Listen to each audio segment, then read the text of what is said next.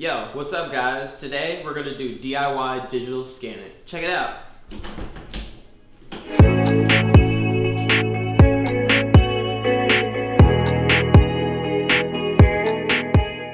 Hey guys, before we get into it, this is my DIY digital scanning station. Negative Supply makes their own, but they're really expensive and they're amazing, but we thought that we could make our own other than getting our hands on one of those. So outside the digital camera, I pretty much built this up for around 100 to 150 bucks. So let's get into it. Okay, before we get into it, let's start with the digital camera. So you can use any type of digital camera. You can use micro four thirds, you can use crop sensor, you can use full frame, even medium format if you got money like that.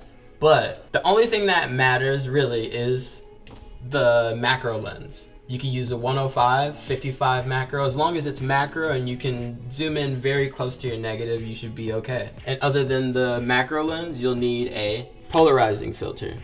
Your polarizing filter will help with the glare of the glass that you'll be using to flatten your negatives. Also, don't let the glass touch the negatives. Newton rings suck. And besides the polarizing filter, lens, digital camera, we're gonna get to the copy stand part. So back in the days, a lot of guys used to use copy stands to digitize things because it was a lot quicker. You could either use a copy stand or you can use a tripod. You just have to make sure your camera can be face, down, parallel and shit. Other than, so a copy stand, you can get them at a Craigslist or a garage sale or your local camera store, or you could use your own tripod. Just make sure, it's parallel. Now hopping into what you need other than the copy stand. So the only thing you'll need is one, construction paper, two, a piece of glass, and you can get that at a Goodwill, and you just gotta go and deconstruct a printer or a scanner or something like that. As long as it's good glass, then you should be okay. Don't use picture frames. I don't know if that's real. Is that real glass? I don't know. I feel like it's poop glass. It's a good idea though.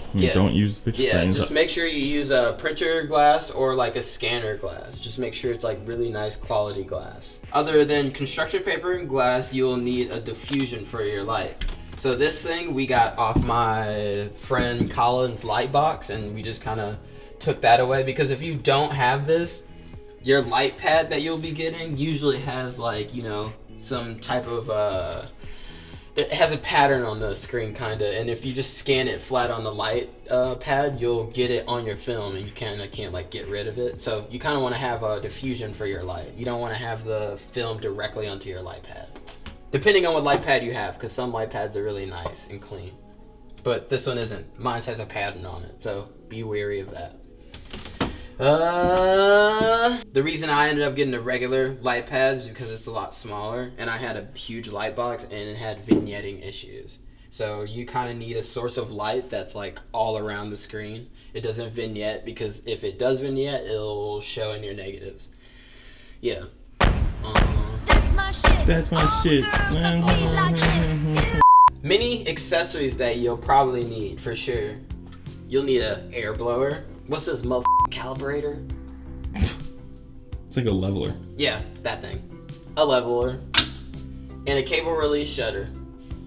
Cable release shutter so you don't shake your camera while you're photographing your negatives. Leveler so you can level out the camera from the actual plane so nothing's warped. And a blower because there's dust and we hate dust. We just got done with all that stuff, and if you have all the equipment that you need and you got it all set up, you should be good. And if you got some negatives to scan, let's get to it. I can show you how. We got our negatives. Now the first thing I would do is blow off the top with, the blower. Make sure there's no dust. Yeah, so basically your two pieces of construction paper will be any frame size that you cut. So if you're scanning 35, 120, 4x5, probably not 8x10, but that's for later. So it'll be your only frame size that you could choose to cut out. And you have your 6x6 negatives. One piece of construction paper will be taped onto your diffusion surface so it doesn't move.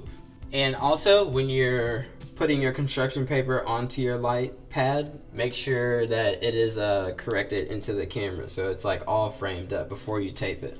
You don't want it to be, you know, a little bit off. I have my construction paper taped to the diffusion surface, and I have my macro lens tightened up to where I want my focal length or my focal point to be. And now I'm just composing the negative now. And also you can take your negatives out the sleeves or you can leave them in the sleeves. The sleeves make them easier to control, but of course if you want to get a little bit sharper of an image and you're more comfortable with touching your negatives and taking them out, then go ahead. That's only going to make for a sharper picture though. So I have my negative composed in the frame, and the second piece of construction paper will be taped to your piece of glass that you choose to use. So whether you get it from, you know, scanner or printer, just make sure you keep it clean, wipe it down, so, you know, it's a little nice and clean on your negative too. Cool. Negative composed. Glass on top, construction paper in between. And what I do here, and then I dial in on the grain just to make sure that I'm focused. And for color, what I do for white balance, I do auto, because every different light pad has a different shade and you'll never really know what the actual white balance number is for your light pad unless it lists it. So read your instructions, it probably tells you, because if it tells you, then you can put it in on your camera.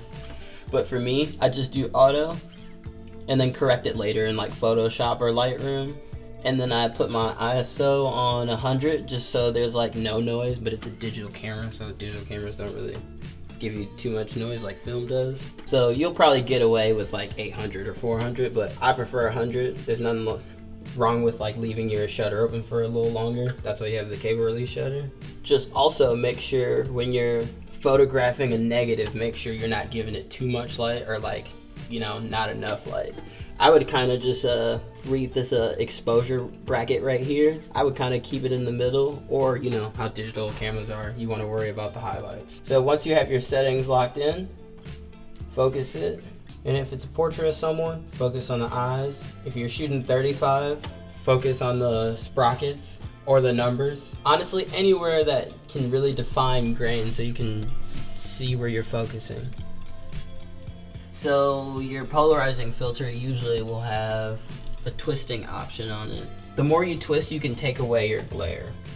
So basically, I'm just trying to find the max glare reduction from my polarizing filter. So usually your polarizing filter will have a twisting option, and usually you can twist it up and down, and that will increase and decrease your reflections basically.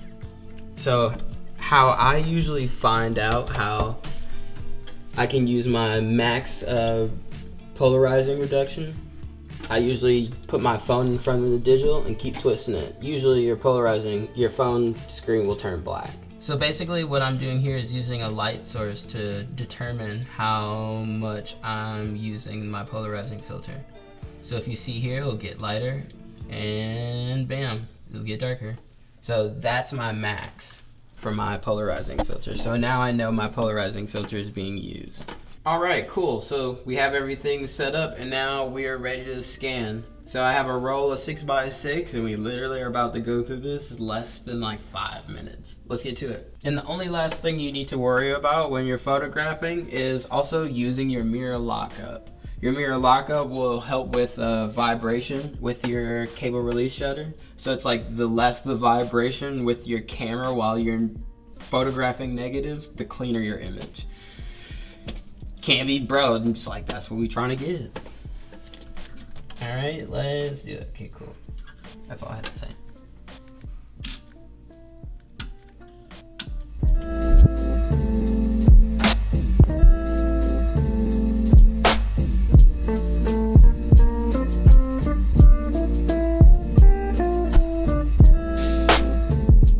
Cool, so the greatest thing about this method is it's a lot faster than using a flatbed.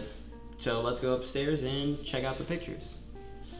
Yo, Alright, what's up guys? So I just went through like 3 or 4 of those and that took me like 1 to 2 minutes. Pretty easy. So now I'm going to take you through my process and throw them in Lightroom and show you how I get them to a final posting form. Alright, first thing we do is import our images. 1, 2, 3, and 4.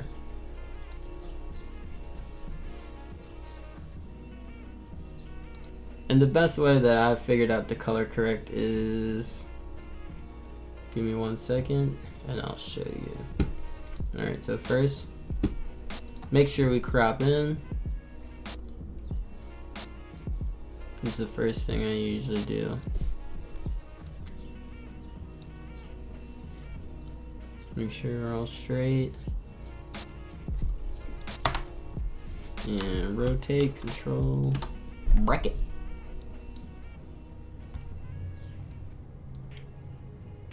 Oops, sorry, don't do that. Alright, so the first thing we do is I'll go to my reds on the tone curves.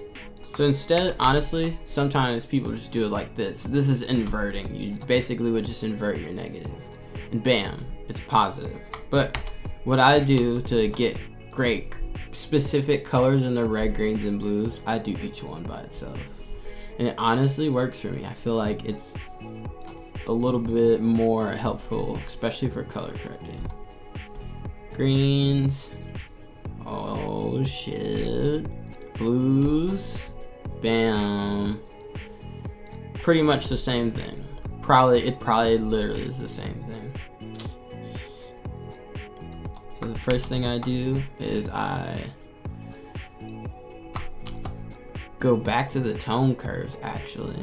So after you correct your tone curves, go back to the clear one, or this first one here, and then I mess with these highlights. Usually go all the way down and try to get as much contrast back into.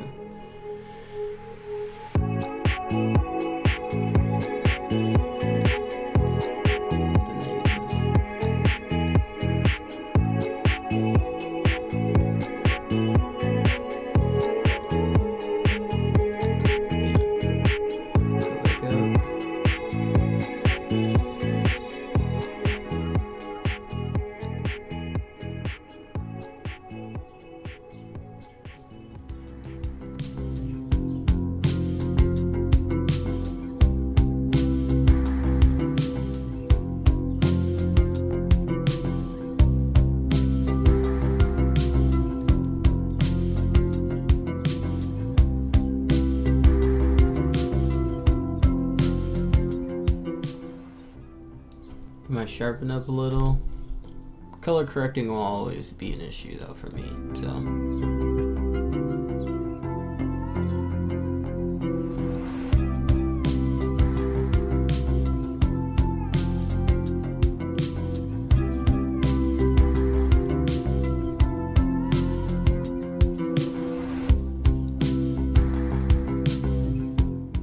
Pretty much all you're doing is just bringing your negative back to life after that.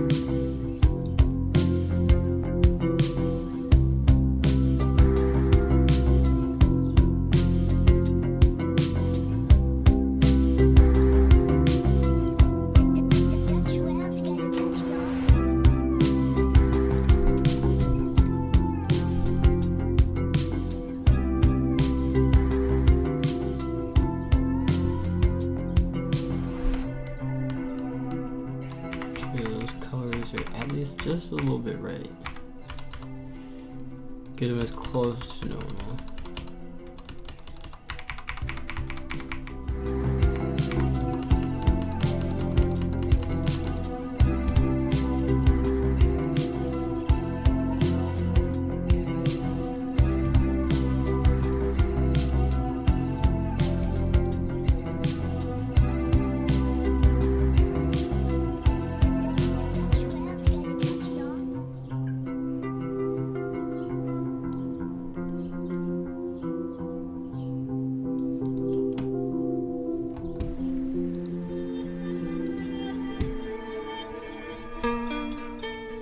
And then lens corrects.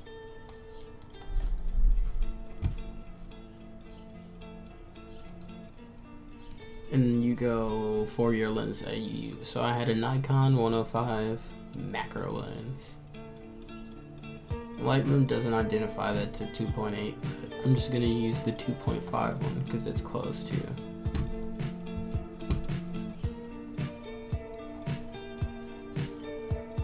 Sharpen it a little bit. Probably not too high. Go to 75.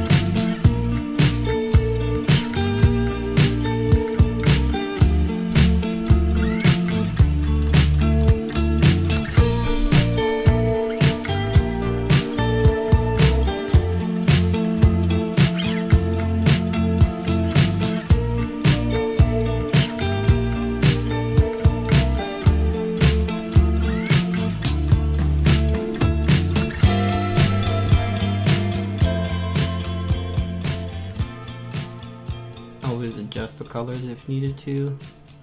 You're not gonna get it perfect, but you can try. Maybe sometimes you can get it perfect too.